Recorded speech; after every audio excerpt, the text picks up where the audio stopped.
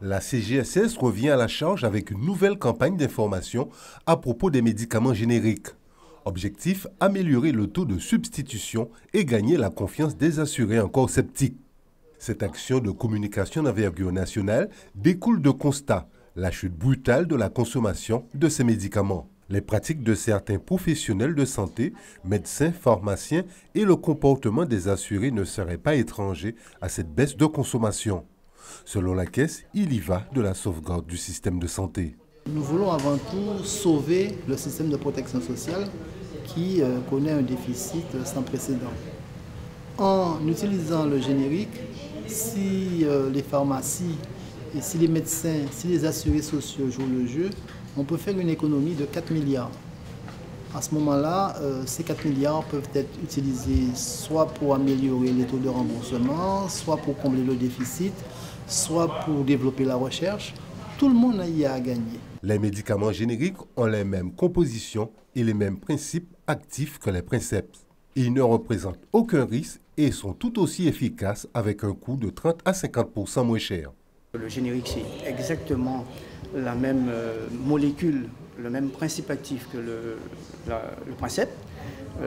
Il a une efficacité identique.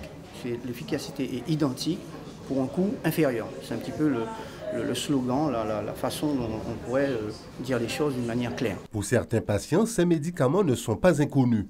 Ils ont été adoptés sans difficulté particulière. Ce sont des produits quand même qui sont efficaces et qui coûtent meilleur marché. Et c'est peut-être pour ça qu'on le fait une sorte de, comment on dit, je dirais, c'est pas peut-être bien accepté par ceux qui font les vrais produits, quoi. Depuis la pharmacienne m'a expliqué, moi je n'ai pas de souci à ce niveau. Je l'ai bien accepté. C'est un médicament comme tout autre. Afin de favoriser la généralisation des génériques, les officines ont un droit de substitution. Si le médecin choisit le traitement approprié pour chaque patient et prescrit un nom de marque ou un générique, en revanche, le pharmacien peut le remplacer si la mention non substituable n'est pas prescrite.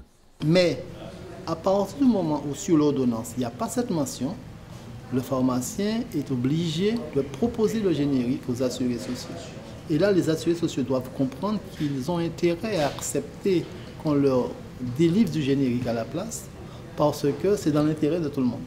Sachez que des sanctions seront prises à l'encontre des officines, cabinets médicaux et même des patients qui ne jouent pas le jeu de cette démarche économique.